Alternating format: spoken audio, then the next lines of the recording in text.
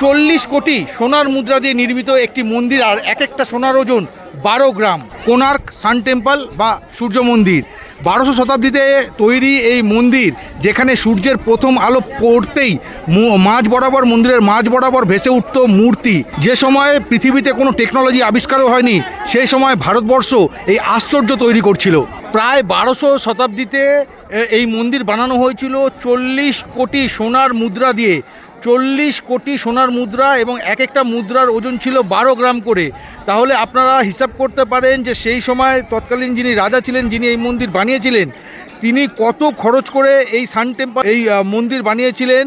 এবং বহু প্রাচীন, যেটা কার্যত এখনও অক্ষত। ব্রিটিশ ইন্ডিয়ার আগে কিন্তু এটাই পৃথিবীর সপ্তম আশ্চর্য ছিল।